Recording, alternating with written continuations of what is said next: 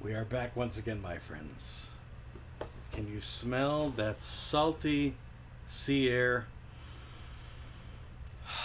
Take it in. We have left the confines of modern society and we have moved away. Wave after wave, breeze after breeze. Out there to adventure. Aboard the gaming Galleon.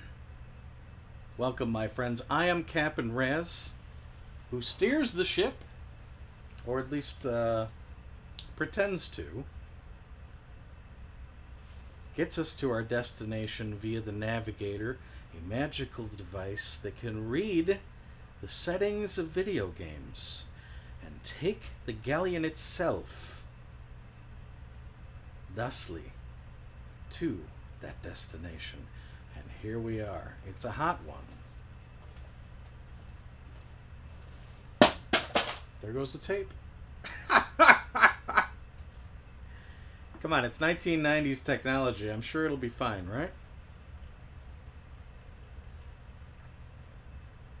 It's a hot one, and it's a salty one, and it's not just the salty air and the hot temperature of where we happen to be today. No, it is a special time here in the Galleon. It happens once a year for 1 month, the month of February. In the Midwest, where the Galleon is docked when it's not on one of its many adventures, it is bitterly cold, but not where we are today.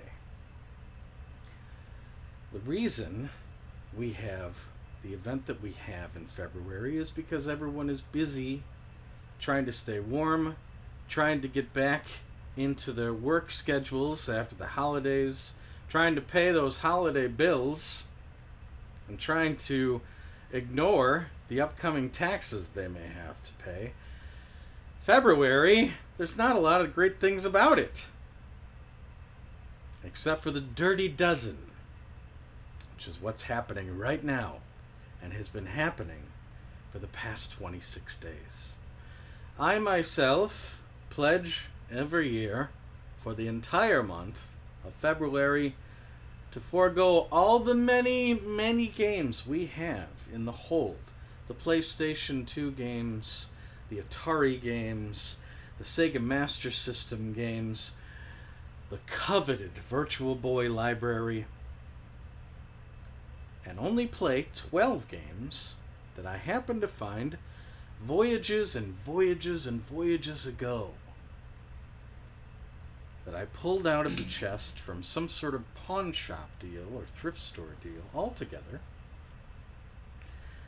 and stick myself with them.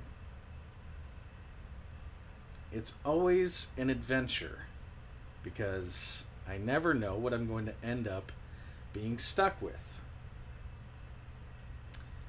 Interesting enough, some people have been brave enough to take on these games themselves, and thusly a scoreboard was created to log these people's brave history. Amazing stuff. They don't know what they're getting into either. It is a time of courage. It is a time of pressure. It is a time of deadlines. And you get so wrapped up into it, the next thing you know, it's March. We're not there yet, but we almost are. And it's always been a nice way to get through February, to just deal with these 12 games. Well, this year we had PlayStation games, as you can plainly see. And these 12 games you see here are the only games I myself have played. It really hasn't been that bad. This is actually a very good lot. And many of them I have just scratched the surface of. It could be argued that I could play these games for a year.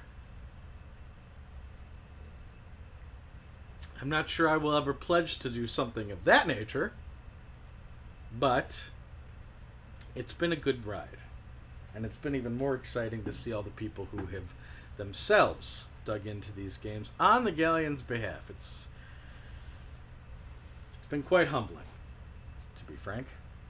But we can't sit here and thank everyone all hour, can we? We have a lot to do. We better go through the games so you know what everyone had to do. We do have one of the games fired up. Obviously, we always play a game here on the Gaming Galleon, but it's that special time of year where it can only be one of the 12. Do you know which one it is? You'll find out soon. Let's get through the 12 games that we happened to find in a pawn shop years ago, before the Dirty Dozen event was even conceived, and see what Cap and Raz, myself, decided to pick up at a pawn shop because of destiny and luck. Firstly, we have Blood Omen: Legacy of Kain. An adventure about a knight who is killed and rises as a vampire.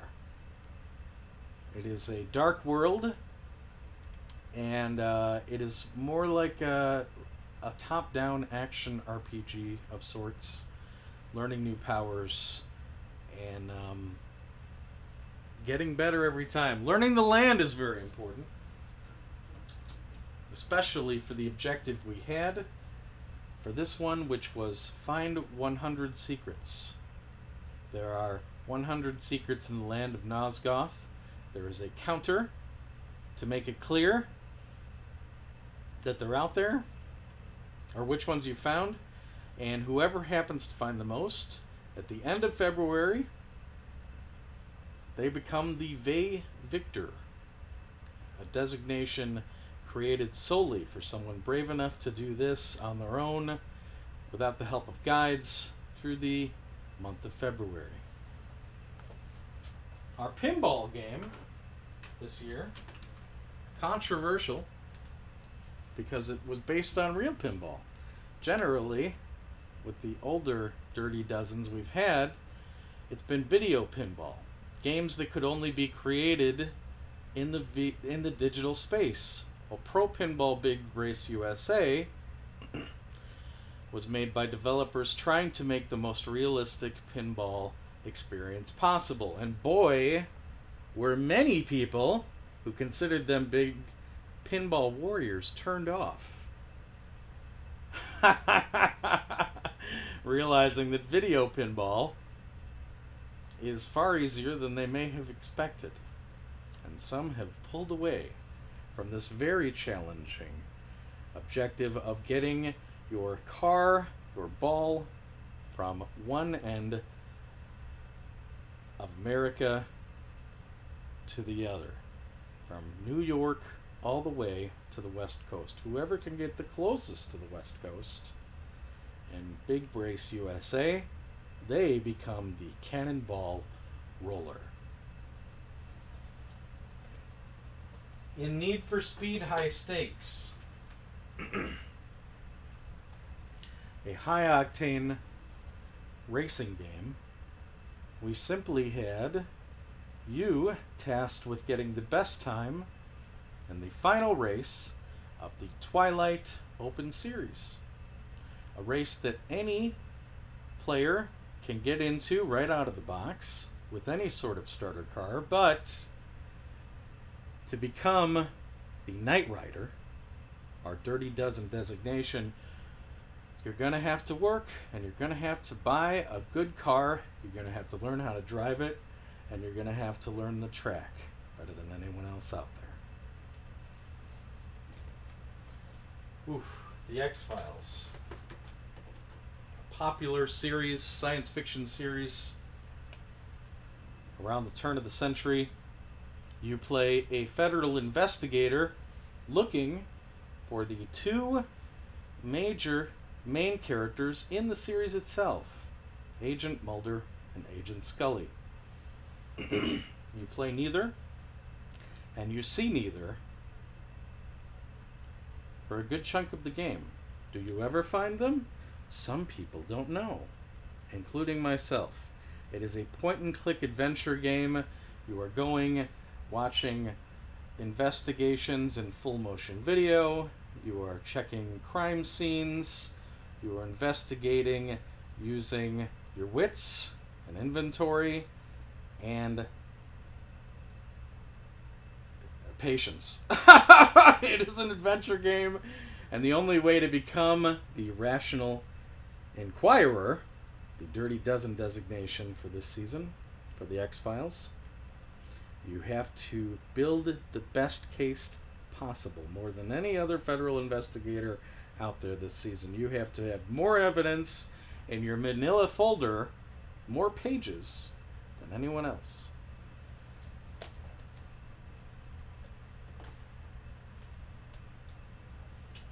Echo Night.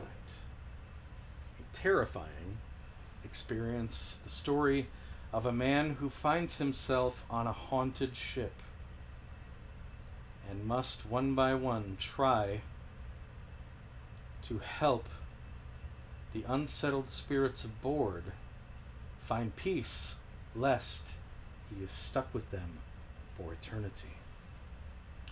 This is a fascinating game, probably the game I enjoyed the most this season so far.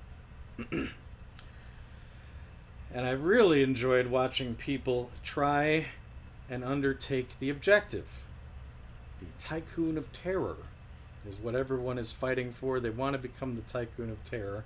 How do you do it? You must earn more chips than anyone else on the haunted casino that is found somewhere aboard the Orpheus.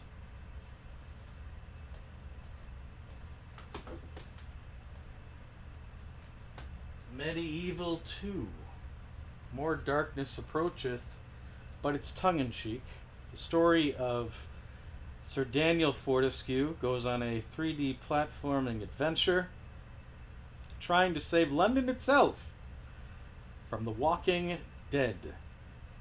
Along the way, you come across an antagonist, and he himself has built a giant iron mech of sorts that is quite good at boxing. It is your objective to become the square mile soccer, another term for London, if you're not aware. It is your task to try and defeat the Iron Slugger with more hit points than anyone else attempting it. It has been a hotly contested and nail-biting objective to view so far. With 3 days remaining, I'm not sure where this one will lie.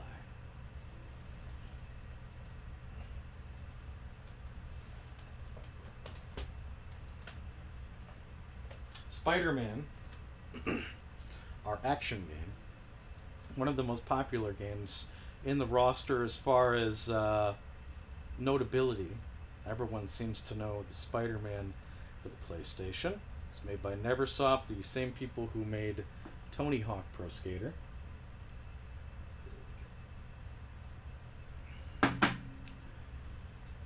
In addition to the story mode, there happens to be a survival mode. It is time-based, and it takes place on top of a skyscraper. Hordes of thugs and henchmen surround you, Spider-Man, on every corner of the roof. And it is your job to survive longer than anyone else. If you can do so, until the last minute of the month of February, you will henceforth be known as the Sky Scrapper.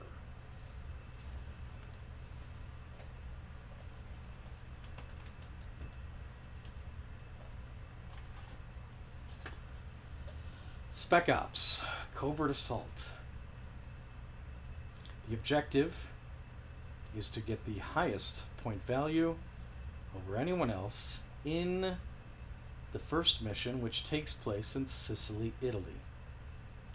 Because this game is so highly dependent on teamwork, and there's a split screen, I felt it necessary to make this a cooperative focused objective.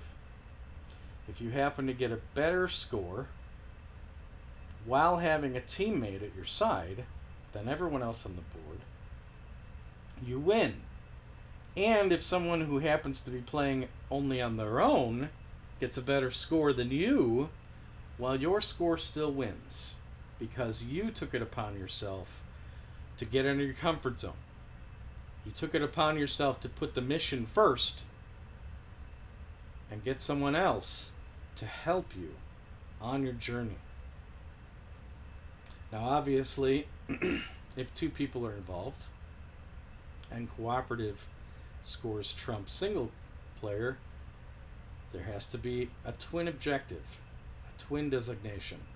I thought it fitting, due to the military simulation aspect of this, and also when it was made, to call this the Twin Towers.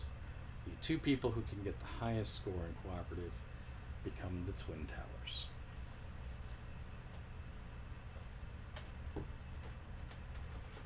.007, Tomorrow Never Dies. The game that I first got involved in the month. Pretty exciting stuff, also pretty silly. It is, if you play this game, you'll be shocked to think that it got a greatest hits designation. This many people bought it. I believe they bought it because of the name, 007 obviously, and the popularity of an N64 game at the time, GoldenEye. This did not hold up to GoldenEye's high standards. It didn't mean that people didn't buy it. If you played it today, you will wonder why. However, there's a few different ways to play this. There's shooting, there's skiing, and there's driving.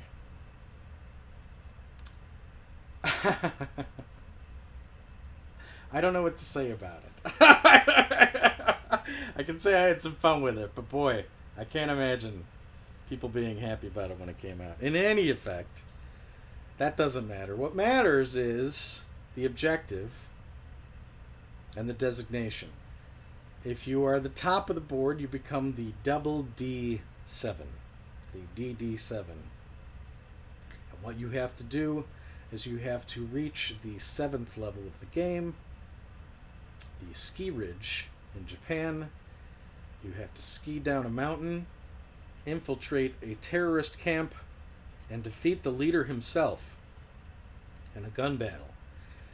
And you have to get the highest score in that entire mission. If you get it better than anyone else, you, my friend, are the double D7.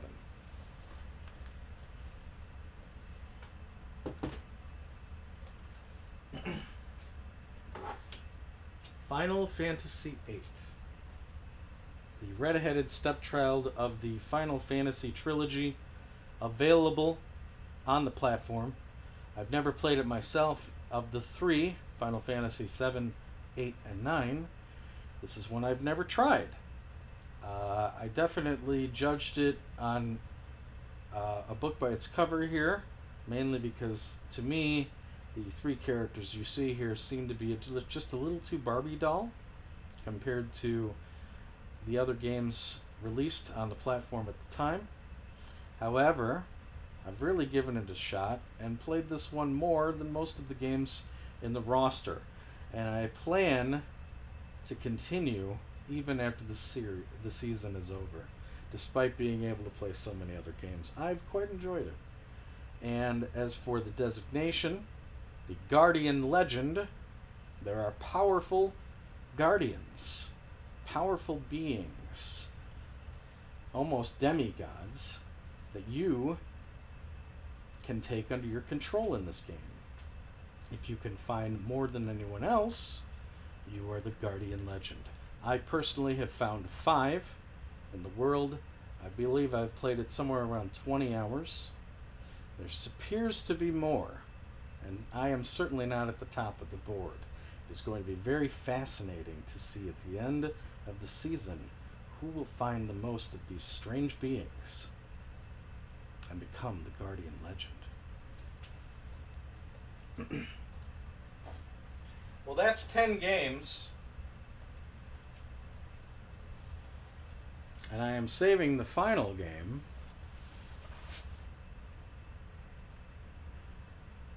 for what we're playing today. It comes down between two games.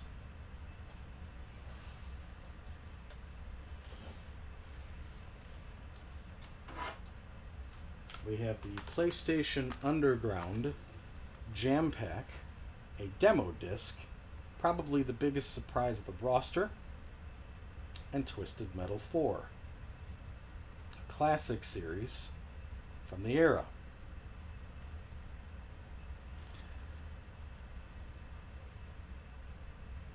The Jam Pack objective is to top the triathlon. There are 6 demos on this game, on this disc. 3 of them, you must perform better than everyone else. You must get more gems and lives in Barbie Explorer. You must get the fastest time in a single round of X-Men Mutant Apocalypse 2 as Cyclops. And finally, you must get the most points as the Baltimore Ravens. In Twisted Metal 4, you simply have to get the most consecutive death matches against 4 medium difficulty opponents that are chosen randomly by the computer each and every match. If you manage to top the triathlon, you become the Underground Astounder. And if you manage to get the most consecutive death matches, you become the Twisted Mister. Are you guys ready? Are you guys ready to play Twisted Metal 4? We are in Amazonia, Brazil today. It is hot. The ship is buoyant on some river water. And as for where we're playing Twisted Metal 4, we begin in Amazonia 3000 BC. I was a little worried that the old navigator was going to zip us back 5,000 years. I was prepared for that, but apparently it's taking it easy, much like me, after 26 days, only playing 12 games. And is merely taking us south to Amazonia, Brazil itself, a national park in that proud country. It is Twisted Metal 4 for the PlayStation 1. So, we're starting here. Okay? At the end of a match that I completed earlier today. Why are we starting here? Well, my top score on the board... Let me get a little music here. Oh, well, we'll do that in a second. My top score on the board happens to be 5 wins. Now, trust me, that's nothing impressive compared to the crazy competitors that we've seen this month. But I thought it'd be nice if I tried my best, here and now live, onto tape, for all of history to see if I can beat my own personal score and try and get at least one more win on the board. Let's give it a shot, shall we? Hey, where's my controller? Oh, yeah, here it is.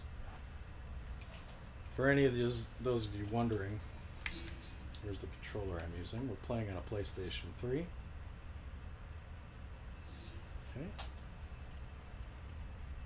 Let's do it.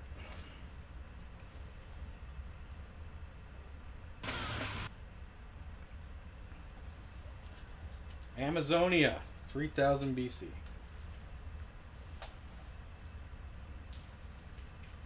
All right, it's gonna get loud. Hopefully it's not too loud. I don't know. We'll see. I gotta get right into it. Okay. So the car that I have. Let me kill it. The car that I have, I made. And, you know, this is a perfect example of what the Dirty Dozen's all about. This is Twisted Metal 4, the fourth game made on the system. 4 out of 5 Twisted Metals were made for the system. And historically, Twisted Metal 3 and 4 are not very popular. Mainly because the original creator of the game, David Jaffe, lost the rights to Twisted Metal from Sony. But obviously, Sony wanted to capitalize on the name. This is a very popular series. After 2 installments, they wanted to keep that going. So they gave this game to a different studio.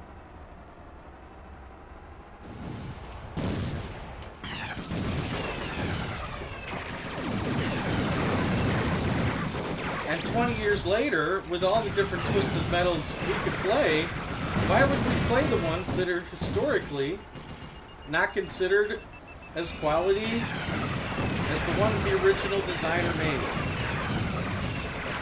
Well, oh my god, stay away from the garbage truck. Shoot out a rain missile from behind me. Drop a little fire. There you go. Let's freeze this guy. He's frozen. Oh, but we hit a wall. Little detonator. That's not going to work. Come on this way, no?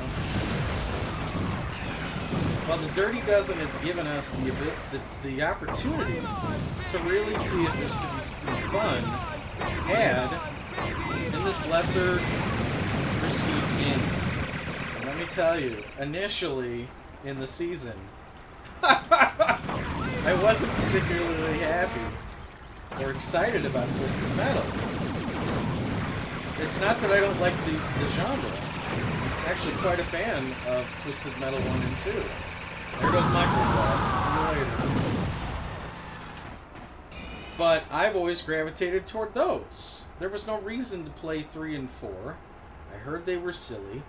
And in the light of so many other choices, kill that garbage truck. Why bother?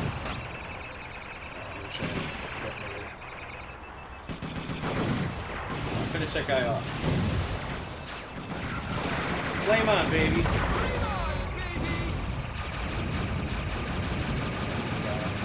Come on, Phil. There we go! He's dead. So after a month of having only 12 games, I finally really started to dig into Twisted Metal. I started to get the controls down again. I started to learn the maps.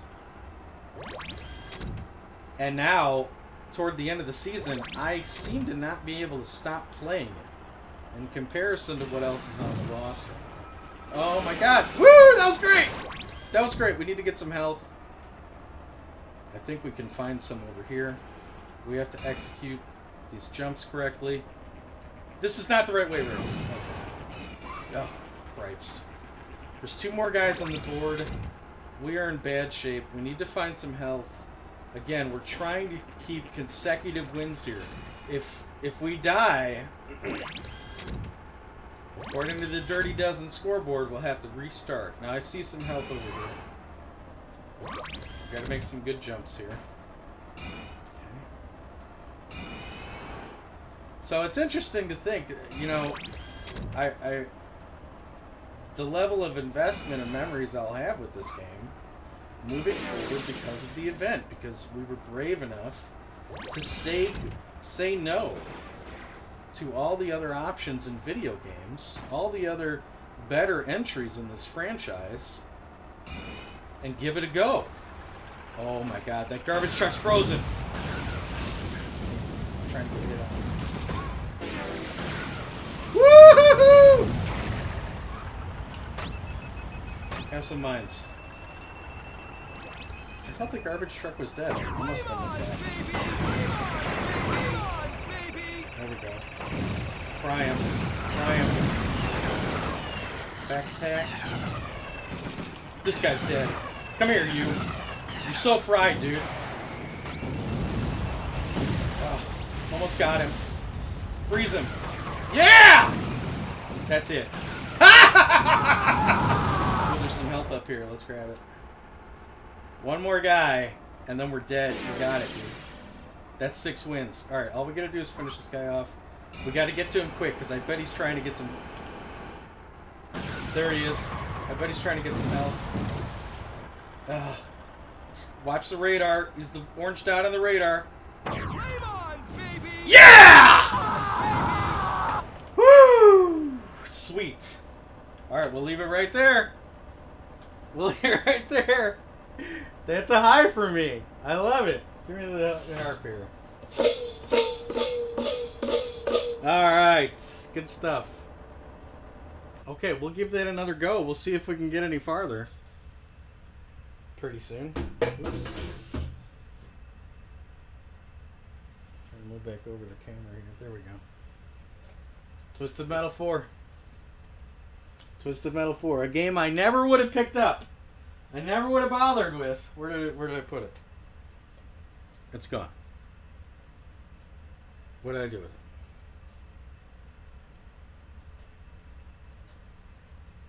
Oh, it's hiding behind Jam Pack. A game I simply would have never cared about were we not stuck with it for a month. It's been wonderful. It's been absolutely wonderful. We'll return to it soon.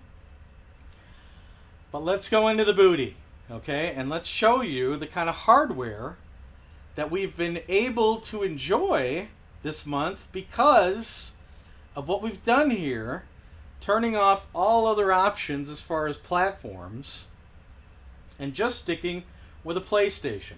Now today we are using a PlayStation 3 to play Twisted Metal 4. This is the first time in the entire month that I have used anything other than a PlayStation 1. I had to do so because the navigator demands it. But for the rest of the month, I was playing on a PlayStation. I started with this guy. You remember this old guy? He didn't last long. I believe he fried the first day of the season. Luckily, we happen to have some more of these socked away. We even have some more of these old originals.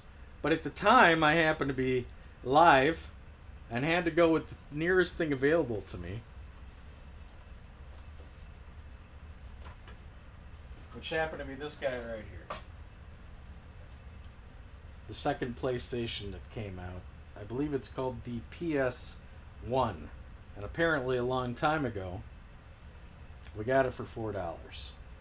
It was $4 well spent because this baby's been able to keep us rolling the entire month. Crazy stuff. It has been funny to see that some things simply won't run or simply must be on here to be used. For example, this game simply was not, or this system simply was not capable of playing the Hot Pursuit mode and Need for Speed High Stakes. It would freeze up when you're getting chased by the cops. It is a fine game for just racing, but if you want to go up against the police, that's simply not available to you with this guy. Now, would it be available if we were using a big fat PlayStation? I don't know. But I can tell you that the people out there who were playing via emulation had no such issues. This guy just simply didn't have it in her. Conversely,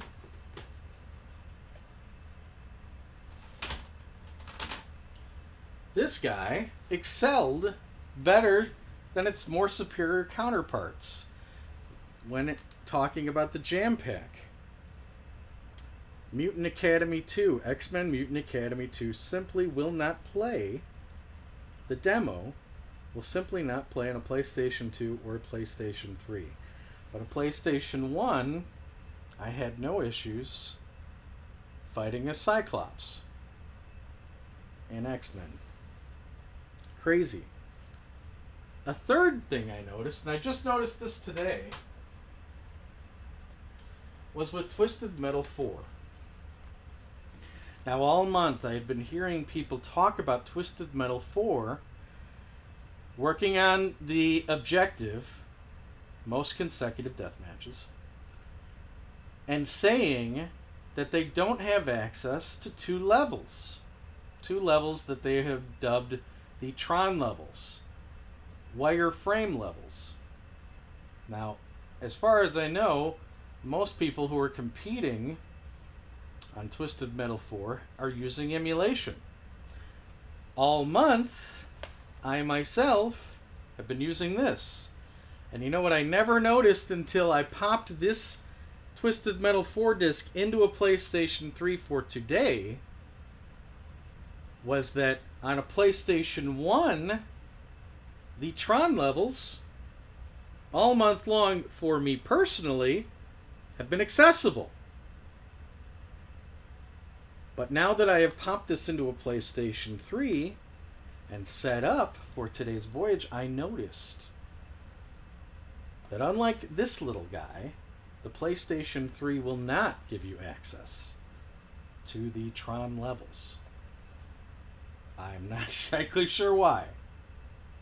It's not as if my account has been, robust enough to unlock those levels legitimately.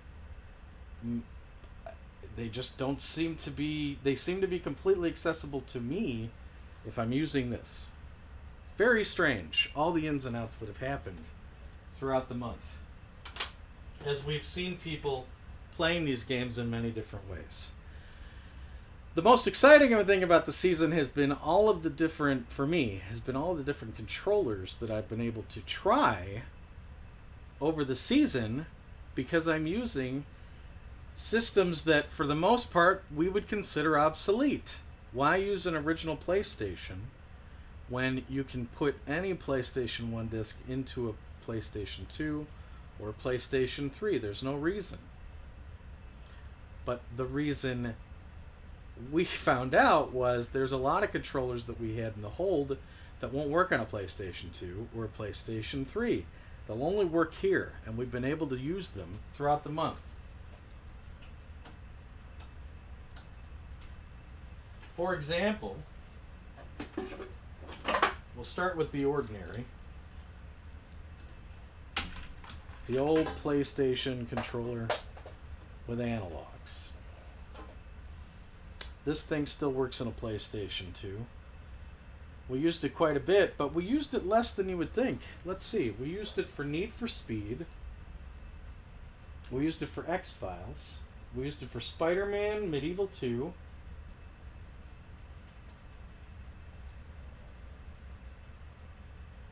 And 007.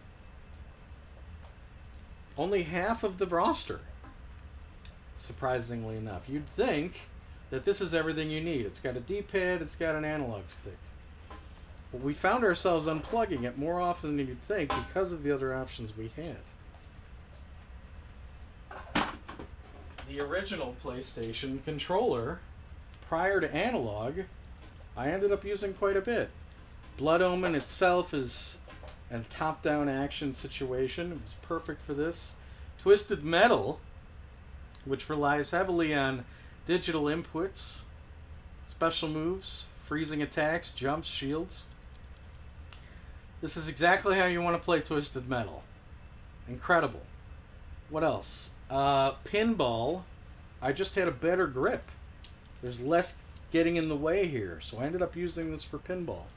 Big Race USA. And maybe Spec Ops? I don't know about Spec Ops. Maybe I used analog for that. I didn't play that much. Let's see. This guy I was excited about. It's big and burly, but it really didn't help much. Obviously, we didn't have a lot of fighting here, aside from X-Men Mutant Academy 2. My personal setup just didn't work for this.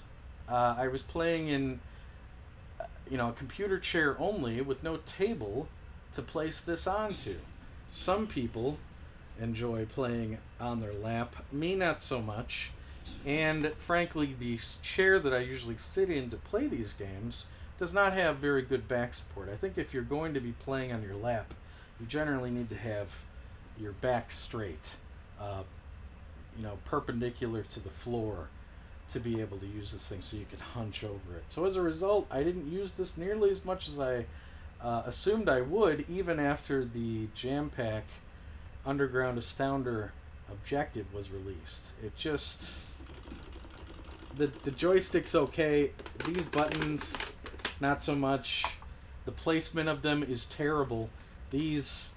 Having these two shoulder buttons, in the middle of where your face buttons are, it's not a good setup. It just was a disappointment as far as fighting was concerned. But again, I would also attribute that to my personal setup. So, there it is. Didn't use this as much as I thought.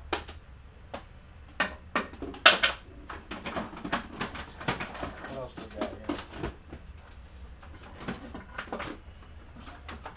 Underutilized, but I have a feeling that anyone who tried to master this thing may find themselves some serious benefits. This is a racing controller, and initially I tried to use this for Need for Speed. This is how you would hold it. Very, very strange. And in addition, this is the accelerator and the brake. You accelerate by pushing in, and you can brake by pushing back. This appears to be configured for most racing games, and Need for Speed, there wasn't a lot of configuring that needed to happen to make this approachable and usable. But at the end of the day, I didn't play Need for Speed with this enough as I could have to be challenged. I just found myself ending up sticking with the analog. Generally with racing, for me, Need for Speed, I was moving into Need for Speed to be relaxed.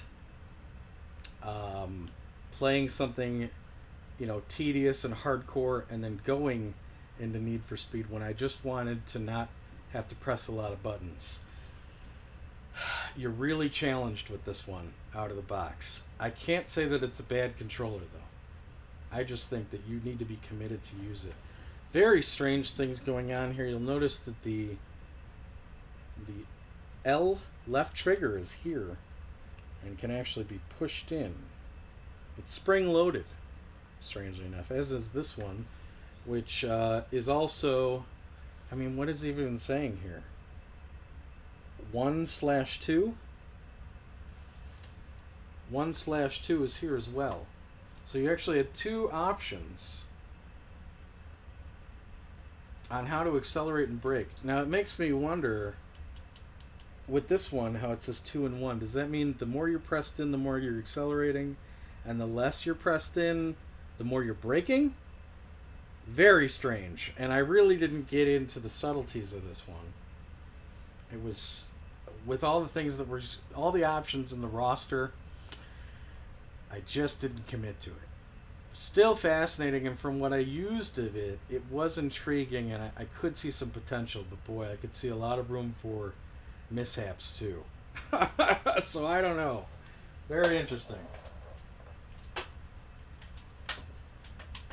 A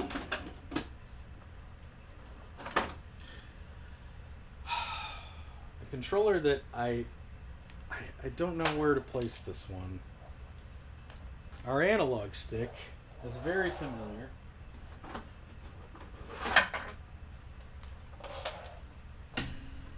Very similar to what we're still using these days.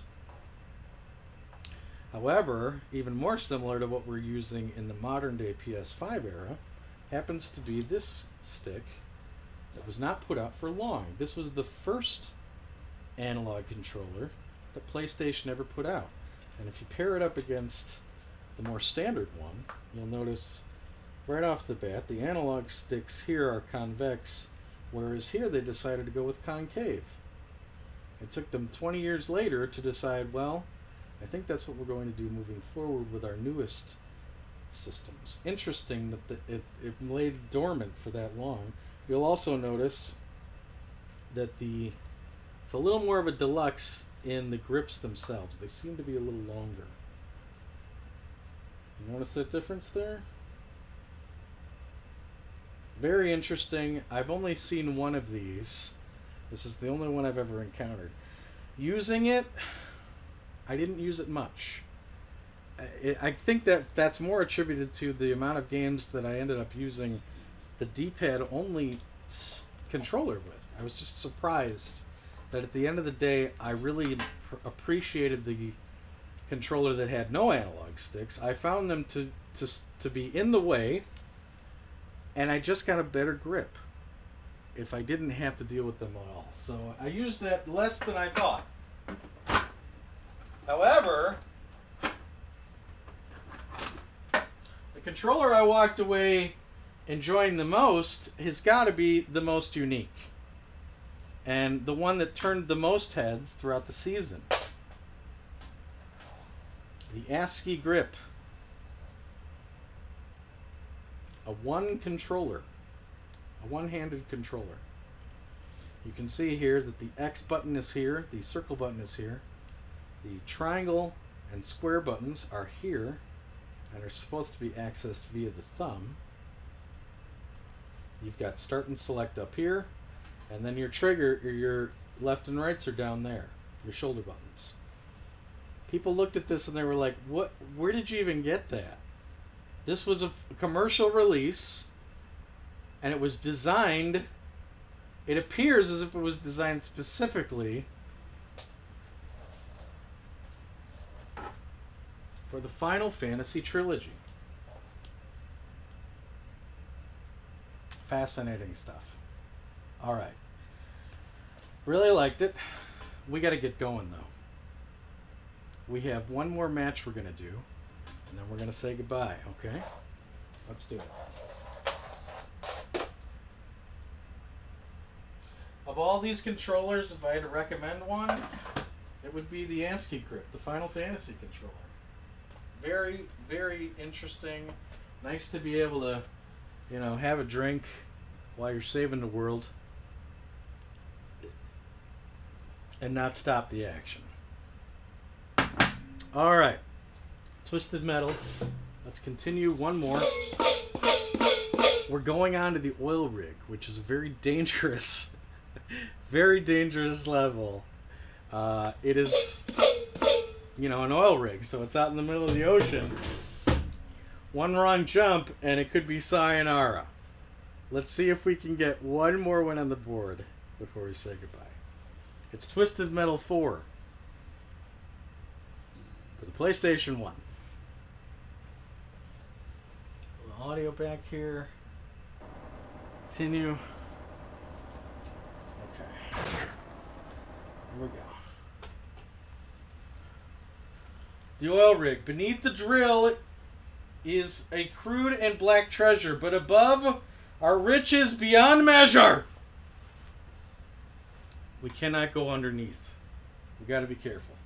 We're already running out of time. We got like 10 minutes left. We don't have time for this, frankly. We'll see. We'll see how it goes. So let me tell you about my car. The coolest thing about this game is there's... Again, I would have never known this had this game not been in the season, but Twisted Metal 4, as far as I know, and again, I don't know, now I'm going to have to find out, but this is the first Twisted Metal I've ever played where you can make your own car. There's a create a car. There's you know, every Twisted Metal is usually like 12 or so character-based cars to play as. This one gives you the ability to make your own. Now, it's very rudimentary, but there are a number of different car models that you can access. SUVs, monster trucks, there's a mini bug, sedans.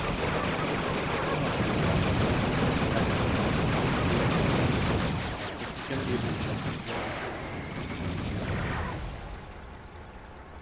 All the marbles. Shoot out the glass. Woohoo! And back in business.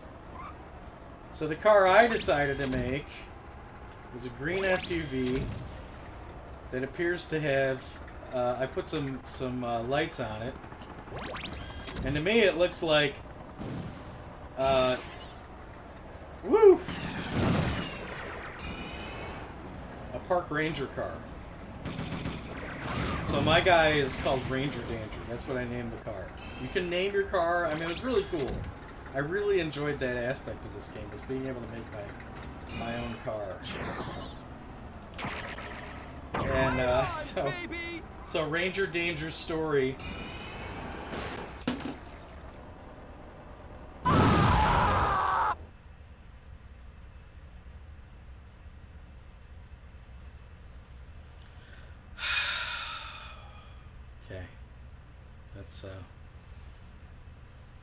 Okay, that's 6 on the board. We'll just it only took me all afternoon to get that far. Okay. That's 6 on the board. Let's take our hats off for Ranger Tim Byrne, a park ranger who burned down the very forest he was sworn to protect, and is now taking the very vehicle that burned that forest down into the Twisted Metal competition to earn a wish to try and bring those proud trees back again. We better update the board. Let's take a look here. Before we go, I want to thank everybody who worked so hard and so bravely on this event and is continuing to try and win with the remaining 3 days. Let's take a look real quick. For Double D7, we have Conqueror Worm on the board with 113,000 points on the ski ridge in Japan. We have Count Pupper as the Vey Victor with 85 secrets. We have Worlds of Rogue with an astounding 30 minutes on top of the skyscraper against henchmen, surviving somehow for 30 minutes. The Rational Inquirer, also being held by Worlds of Rogue. He's managed to find 17 pages to put into his manila envelope and continue his investigation. Will anyone be able to take him? I just don't know. Will he find Mulder and Scully? Has he? I wonder. Spec Ops Covert Assault the Twin Towers, also being held by Worlds of Rogue with 14,953. However, that could be topped by any 2 cooperative rangers who go out there and score anything. They could score 1 point, but if they're doing it together, they have beat out Worlds of Rogue. We will see how that shakes out toward the end of the season. In the final minute, when people come out of the shadows and submit their final scores.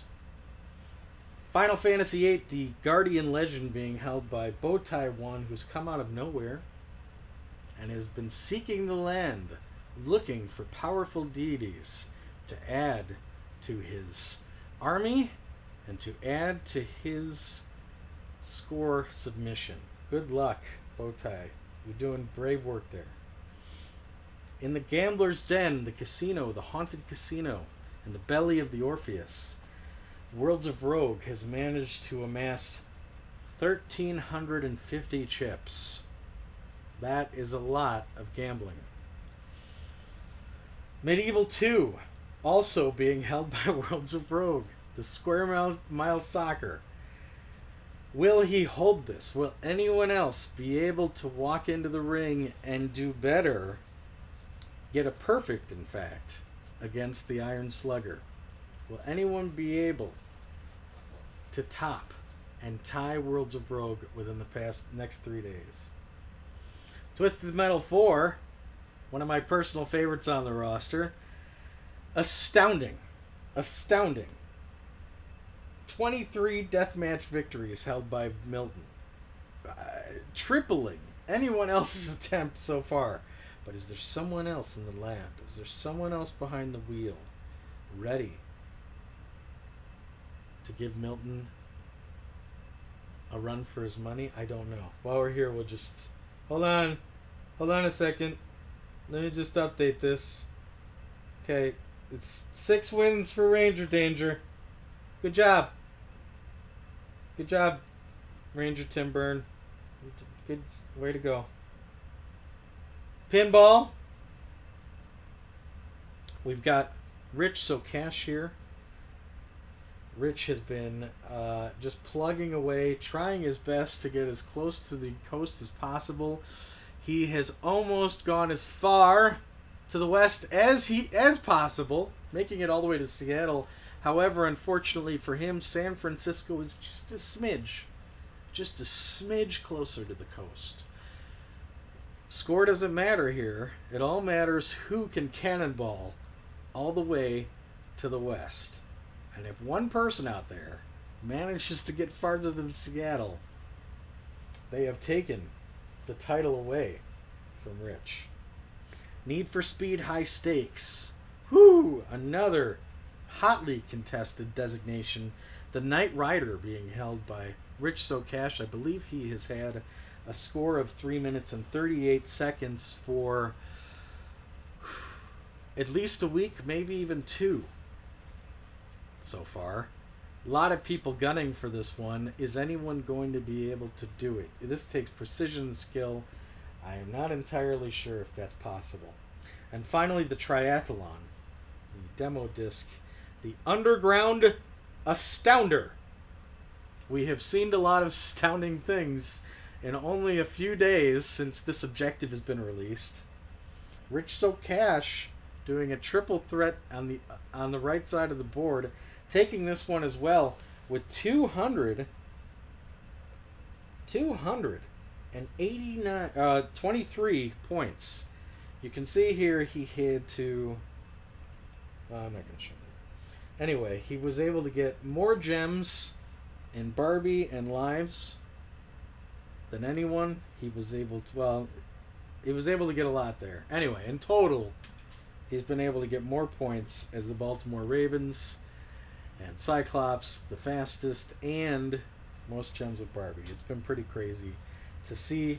And a lot of these things have been done live for all to see. And that is the most exciting. It's great to wake up every morning during the season and see that someone has submitted something that has shaken the board. And that's one of the best parts of the season, is every morning, at least for me, because I'm just the dozen master and not competing, my scores don't really matter. So for me, it's exciting to wake up every morning and see where the board has gone. For everyone else who's out there trying to top the board, it can be, and I speak from experience, a very nerve-wracking experience. But it also helps February fly by pretty darn fast. I want to especially thank everybody who's been taking part and everyone who has been building things to make the experience better, like our friend J-Nerd, who was nice enough to make the dozen master picture here. Let's make sure we can credit him with that by looking at it one more time. That was made by Jay. Thank you, Jay. And the board itself, such an integral, exciting part of the season, made by our friend Craig. So many people that I could thank, including those of you who are just watching it and getting excited and invested. But we are running out of time. But I do want to give each and every one of you my love and admiration for taking on this harrowing and exciting time. And it's almost at the end. Those of you who are still trying to get those designations, good luck. You've only got 3 days left. We will see you next time. Not sure where, not sure when, But I know one thing. Wherever we do go next time, and whatever we do, we're going to do it together. So until then, my friends, well and adieu to ye fair Spanish maidens. Well and adieu, ye ladies of Spain, for we received orders for to play 12 games for an entire month. And lo, nevermore shall we see ye again. Keep your powder dry.